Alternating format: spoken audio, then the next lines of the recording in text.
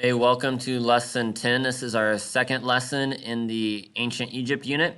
Today we're going to talk about government and religion in ancient Egypt. First off, let's start off by talking about the kingdoms of ancient Egypt. After it was united, they had three periods of history divided by kingdoms. You have the Old Kingdom, the Middle Kingdom, and a New Kingdom. The Old Kingdom is a period of time where you see the pyramids and think of the famous pharaohs and all that. The Middle Kingdom is kind of a turbulent period. This is a period where they built the canal. And you have the New Kingdom, where you have the Ramses the Great and some of these powerful pharaohs really expanding Egypt's territories and reaches its peak of land controlled. Now, between each one of these periods, you have an intermediate period. So between the Old Kingdom and the Middle Kingdom, you have the first intermediate period, which is a period in time in which Egypt basically collapsed and you had other people gaining control before they're able to gain back control, leading to the Middle Kingdom. And then Middle Kingdom collapses and you have the second intermediate period between the Middle Kingdom and the New Kingdom. So you have three major kingdoms: the Old Kingdom, which is the oldest, the Middle Kingdom, and the New Kingdom. And each one of these has an intermediate period between them in which Egypt was not powerful. Talk about Egyptian pharaohs. Egyptian pharaohs are the people who governed the government. So Egyptian people were governed by a powerful ruler known as a pharaoh. That when if one pharaoh died, another pharaoh gained power. It wasn't necessarily hereditary, meaning a father passed down to his son or one of his relatives, but sometimes it was. Pharaoh was in charge of both the government and the army, and he was also involved with the religion. Pharaohs were considered a liaison to the gods, meaning that they were kind of the go-between between the people and the gods, and they were kind of God's representatives on earth. They were viewed as god kings, which meant they were both king and god, and they believed the pharaoh would become a god after death. So after they die, they would go to the afterlife and help with Ra and all these other gods control the afterlife and fight off demons. Religion was another important topic in ancient Egypt and something we know about because a lot of the religious information did survive. Religion was an important part of Egyptian society.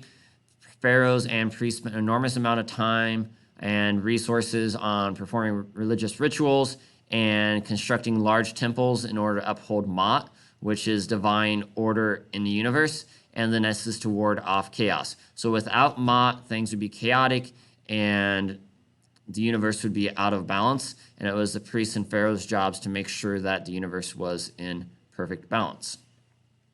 And they do this by religious ceremonies and building these temples and making sure they made it to the afterlife correctly. Another important part was temples, and this is one way we know a lot about Egyptian religion. Egyptians believed that temples were the homes for the gods and goddesses, and these temples were large. They were made out of stone, which means they were able to survive. They were brightly painted, pretty impressive architecture for the time. You have obelisks and all sorts of other statues that were pretty impressively built, and just massive statues to the gods and the pharaohs. So include large statues, monuments, elaborate artwork, stories written in hieroglyphs, and hieroglyphs were basically the writing, the picture writing that they would use in ancient Egypt. And since these temples are made out of stone, many survive today. There's still a lot who have not been discovered that are actually buried underground due to sandstorms. And these provide historians with a lot of information about religion and culture in ancient Egypt. And hopefully later on, using some of the new technology, we can learn even more about this by exploring some of those unknown or yet to be discovered temples. So priests were very high-ranking, and the high-ranking priests and priestesses were very, very powerful, and sometimes they were more powerful than a pharaoh, depending on who the pharaoh was. Priests were responsible for caring for the gods and goddesses. They did not directly relate to the people. They were the only people allowed into certain parts of the temple, and their job was to care for the gods and goddesses, please the god and goddesses, They didn't do preaching or teaching to the everyday people. That was not part of their job. And they were kind of close in touch with the gods, and therefore that gave them a lot of power, both religiously, and they could turn and make that economic power and become very wealthy, or political power as well. Egyptians had lots of gods and goddesses. They were polytheistic, which means they believe in many gods, and they believe these gods were in control of their daily lives, and then also control of the afterlife. So they're control of both life on earth and life in the afterlife. We're not going to go a lot of detail into the individual gods, but there are a lot of gods, and some of the most famous and most powerful gods include Ra, who's the sun god, Osiris, who's the god of the underworld and the Nile. He was killed, and his wife Isis came back and sewed him back together, brought him back to life to rule the underworld, since he can no longer rule among the living. And then being the god of the Nile was also something that made him very popular, since the Nile was basically worshipped itself.